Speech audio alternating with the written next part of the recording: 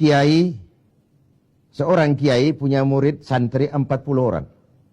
Dari 40 orang ini ada satu orang yang mendapat perhatian agak istimewa dari kiainya. Santri-santri yang lain protes. Kiai, kami ini semua kan santrinya kiai. Kami ngaji sama kiai. Kenapa yang satu itu perhatiannya dilebihkan dari kami? Apa kekurangan kami? Senyum kiai kita ini. Lalu bilang, oke, kalau kau mau tahu, besok pagi kumpul di sini jam 10. Esoknya jam 10 kumpul 40 santri ini, termasuk yang dapat perhatian istimewa tadi. Anak-anakku, kata kiai, hari ini saya ingin memberikan pelajaran kepada kalian semua. Masing-masing kalian aku berikan seekor anak ayam dan sebilah pisau. Bertebaranlah kalian dengan anak ayam seekor dan sebilah pisau ini.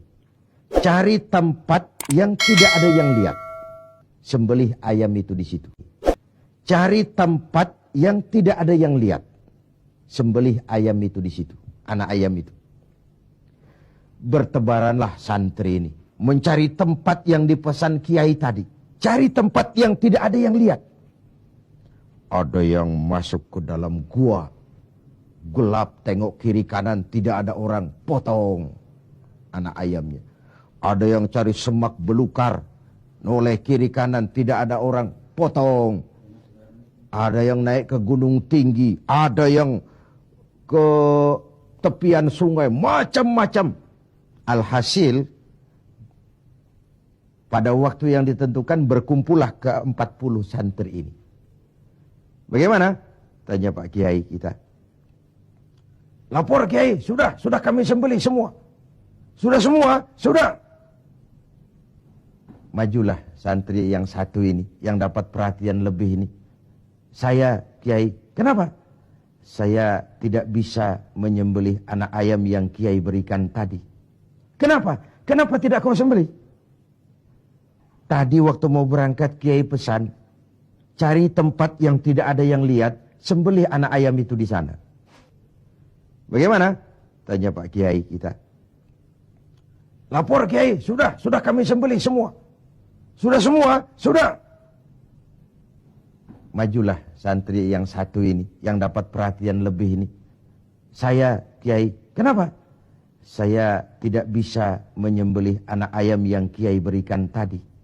Kenapa? Kenapa tidak kau sembelih? Tadi waktu mau berangkat Kiai pesan, cari tempat yang tidak ada yang lihat, sembelih anak ayam itu di sana. Saya sudah berusaha, Kiai. Saya pergi ke gunung yang tinggi, ke lembah yang curam, ke semak belukar, ke hutan belantara, ke dalam gua bahkan. Tetapi kemanapun saya pergi, dimanapun saya berada, Allah tetap melihat, Kiai. Saya tidak bisa menyembelih anak ayam ini seperti pesan Kiai tadi. Kiai senyum, lalu menghadapi 39 santri yang lain. Nah, kau tahu kan kenapa dia lebih istimewa dari kalian semua? Dia punya etika otonom. Dia merasakan kehadiran Allah dekat dalam hidup. Tengoklah dalam upaya memberantas korupsi di negeri ini. Berapa banyak tim yang sudah kita bentuk. Berapa banyak operasi yang sudah kita lancarkan. Entah yang namanya operasi kilat, operasi Raja Wali, operasi Halilintar, operasi Gledek. Tim ini, tim itu, tim ini, tim itu. Ketika terbentur gunung, timnya bubar. Operasinya selesai. Sementara korupsi tetap berjalan. Mari kita kembali kepada nurani. Dalam kondisi negara kita terpuruk, ekonomi kita begini rupa, 60% rakyat kita hidup di bawah garis kemiskinan. Masih bisakah kita menyalahgunakan jabatan untuk kekayaan pribadi? Masih maukah kita memperkaya kelompok sendiri dengan menyia-nyiakan rakyat banyak? Masih tegakah kita bermain-main dengan hukum? Kita tahu sesuatu itu benar tapi terus kita injak. Kita tahu sesuatu itu salah tapi terus kita kerjakan. Kita tahu sesuatu itu benar tapi kita tidak berupaya membelanya. Benar kalau Rasulullah sallallahu alaihi wasallam pernah mengajarkan sebuah doa, Allahumma arinal haqqa haqqa warzuqna ittiba'ah wa arinal batila batilan warzuqna ijtinabah. Ya Allah, tunjukkan kepada kami bahwa yang benar itu adalah benar. Berikan kami kemampuan, kekuatan, kemauan untuk membela, mengikuti yang benar itu. Tunjukkan juga kepada kami bahwa yang salah itu salah. Berikan kami kekuatan, keberanian, kemampuan, kemauan untuk menjauhi yang salah itu. Ini artinya apa? Banyak orang tahu sesuatu itu benar, tapi dia tidak berdaya mengatakan itu benar. Dia tidak punya kekuatan untuk membela yang benar. Dia tidak punya kemauan untuk menyampaikan yang benar. Sebagaimana banyak juga orang tahu sesuatu itu salah, batil, zalim, tidak benar, inkonstitusional. Tapi dia tidak punya daya, kekuatan, dan kemampuan untuk menghindari yang tidak benar itu. Yang terjadi kemudian di masyarakat adalah kerancuan.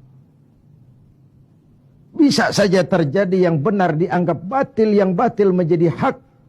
Yang halal dikatakan haram, yang haram menjadi halal. Atau setidaknya disamarkan. Kerancuan nilai ini membuat masyarakat menjadi tidak menentu. Oleh sebab itu, keberpihakan kepada yang lemah seperti dianjurkan dalam hadis ini. Warahimat dhaif. Orang yang bersifat kasih sayang kepada orang-orang yang lemah. Selain ada pula versi hadis Nabi yang menyatakan, irhamu salasatan minan nas. Kasihanilah 3 macam manusia. Dikasihani. Siapa? Pertama, azizan zalla. Orang terhormat yang jatuh hina. Pejabat tinggi yang pensiun. Terkena post power syndrome. Itu kalau tidak kuat mentalnya, mengalami semacam frozen emotional attitude. Dan itu yang masih menghinggapi para birokrat kita sekarang. Dengar mau ada mutasi, gerasak gerusuk. Cari orang pinter, cari mbah. Solatnya masih menghadap Allah. Tapi urusan kayak begini, cari orang pintar, cari mbah. Jadi, iyyaka na'budu wa mbah nasta'in. Ini kan tidak konsisten, mukhtalif, mencampur aduk yang hak dengan yang batil. Akhirnya segala macam cara diusahakan. Dia merawat jabatannya bukan dengan prestasi kerja yang baik, bukan dengan kondite karena memang melaksanakan tugas dengan sebagaimana mestinya, tapi banyak melakukan nyenangi atasan, suap sana, semir sini, semur situ. Azizan zalla. Orang terhormat yang jatuh hina. Terkena post power syndrome. Tidak sadar hidup ini kok cuma nunggu giliran kan. Ada saat datang, ada waktu pergi. Ada hari lahir, ada saat kembali. Ada waktu dilantik, ada saat menyerahkan jabatan. Wa tilkal ayyamu nudawiluha bainan nas. Hari itu kami putar di antara manusia. Apa yang kekal? Yang tetap adalah perubahan. Perubahan itulah yang tetap itu. Ini yang pertama. Yang kedua, ghaniyan qad iftaqara. Orang kaya yang jatuh miskin. Ini kalau tidak kuat mentalnya, bisa gila. Hidup serba ada, sama dengan pejabat tinggi. Datang dihormati, kemana-mana dikawal, tiba-tiba pensiun, nongkrong di warung Tegal, nggak ada yang negor. Kalau tidak kuat mentalnya, dia bisa sableng. Orang kaya yang jatuh miskin, biasa hidup serba ada, serba mewah, serba wah. Tahu-tahu dihadapkan oleh kenyataan dia tidak punya apa-apa. Dia bukan apa-apa. Itulah sebabnya kalimat inna lillahi wa inna ilaihi raji'un bukan sebuah ucapan sekadar saat kita menghadapi musibah. Itu kesadaran batin yang paling tinggi dari seorang muslim. Segalanya datang dari Allah, segalanya akan kembali kepada Allah. Kalau satu saat saya harus melepaskan jabatan yang saya senangi, kenapa harus berat? Bukankah ketika terlahir dahulu tidak ada jabatan yang saya bawa? Kalau saya harus melepaskan harta yang saya miliki, kenapa saya harus berat?